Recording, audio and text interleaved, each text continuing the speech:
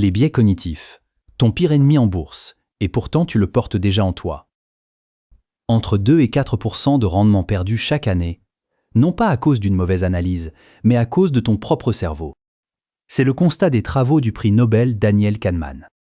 Et pire, environ 80% de la réussite en bourse vient du comportement, contre seulement 20% de l'analyse.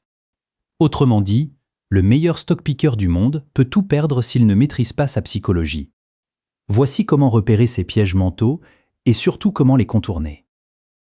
Un biais cognitif, c'est un raccourci mental automatique hérité de notre évolution. Il nous servait à décider vite, mais sur les marchés, il induit en erreur. Le point crucial, il est inconscient, donc impossible à supprimer. On ne peut que l'apprendre à le reconnaître pour le contourner.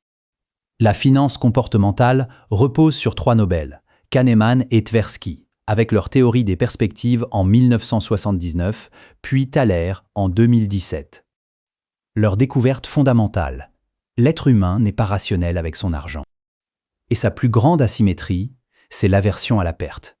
Perdre 1000 € fait environ 2 fois plus mal que gagner 1000 € ne fait plaisir.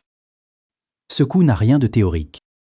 L'étude d'Albar, menée sur 20 ans, montre que l'investisseur particulier moyen gagne 2,9% par an, quand le S&P 500 rapportait 10,5% sur la même période.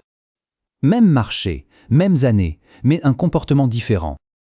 Barber et Odean ajoutent que les investisseurs trop confiants, à force d'acheter et vendre sans cesse, perdent 5% de rendement annuel.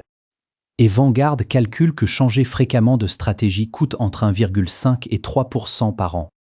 Le verdict est sans appel. Ce sont tes réactions, pas tes choix d'action, qui s'apparentent à performance.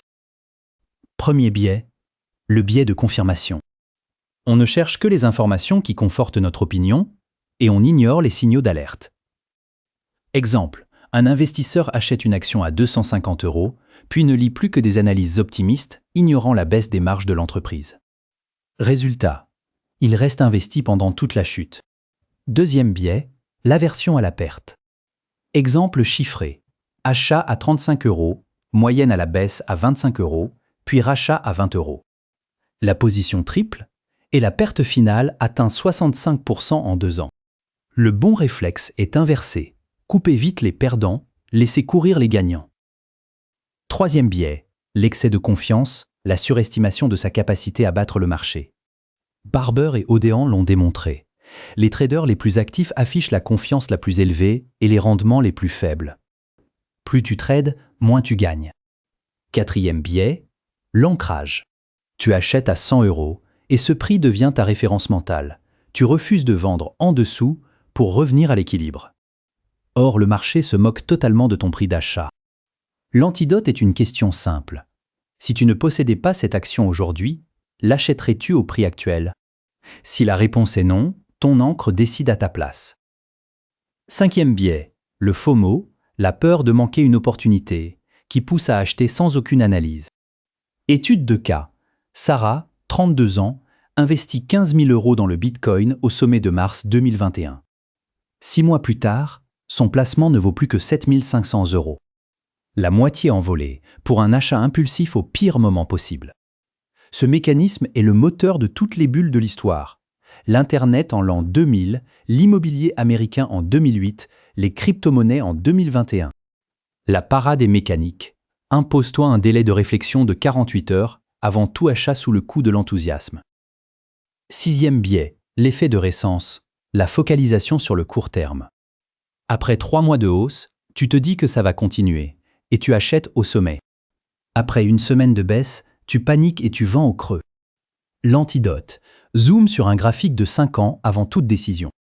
Septième biais, l'effet de disposition, qui touche environ 85% des particuliers. On vend les gagnants à plus 20% pour figer le profit, et on garde les perdants à moins 20% pour ne pas réaliser la perte. Résultat, ton portefeuille finit rempli de valeurs en baisse. Les meilleurs font exactement l'inverse. Huitième biais, l'effet de troupeau, suivre la majorité par confort ou par peur d'avoir tort seul.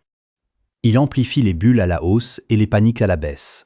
En l'an 2000, on achetait parce que ça montait. Neuvième biais, le statu quo. 10 000 € laissés immobiles pendant 3 ans, par inertie, pendant que l'inflation grignote leur valeur réelle.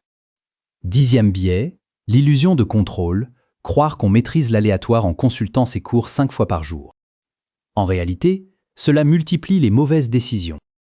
Le chiffre qui tue, environ 90% des day traders actifs perdent de l'argent sur le long terme. Ces biais ne frappent pas un par un, ils se combinent. Le FOMO te fait acheter au sommet, l'ancrage te fixe sur ton prix d'achat, et l'aversion à la perte t'empêche de vendre. Résultat, tu restes figé sur une position massacrée, incapable de cliquer en te répétant « j'attends que ça remonte ». Comment détecter qu'un biais est en train d'agir? 5 clignotants, une émotion forte juste avant de passer l'ordre, un changement de stratégie après un simple article, une justification après coup auprès de tes proches, une vérification de tes cours plus de 3 fois par jour, ou l'incapacité d'expliquer ta décision en une phrase simple. Premier antidote, l'automatisation qui retire l'émotion du processus. 3 outils. Le DCA ou investissement programmé. Une somme fixe à date fixe chaque mois, quel que soit le prix, ce qui lisse les points d'entrée et élimine le stress du timing. Les ordres stop-loss et take-profit définis avant d'entrer en position, qui coupent les pertes et sécurisent les gains automatiquement. Et le rééquilibrage tous les 6 à 12 mois selon des règles préétablies. Deuxième antidote, le journal de trading. Note la date, l'actif, le prix et surtout la raison de chaque décision avec ton état émotionnel du moment.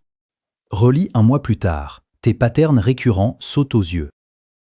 Troisième antidote, la checklist, comme un pilote avant le décollage. 5 questions. Ai-je lu au moins une analyse opposée à ma thèse? Cet actif correspond-il à mon horizon?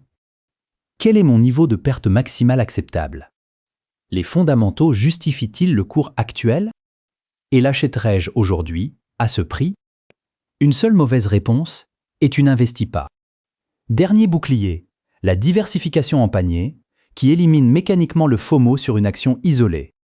Les chiffres plaident fort. Sur 15 ans, dans environ 92% des cas, l'indice bat le gérant professionnel. La méthode, elle, tient en 3 mots. Conscience, reconnaissance, intervention. Retiens 3 choses. 1. Ton cerveau est ton pire ennemi en bourse. Les biais coûtent entre 2 et 4% de rendement par an, et le comportement pèse 80% du succès. 2. Apprends à reconnaître les 10 pièges majeurs, de l'aversion à la perte au FOMO en passant par l'ancrage, grâce aux 5 clignotants émotionnels. 3. Contourne-les avec des règles automatiques, DCA, stop-loss, journal et checklist, jamais avec ta seule volonté. Pour aller plus loin, l'épisode entier est en description. Et si ce format t'a plu, abonne-toi à Nova Bourse pour ne rien rater de la suite.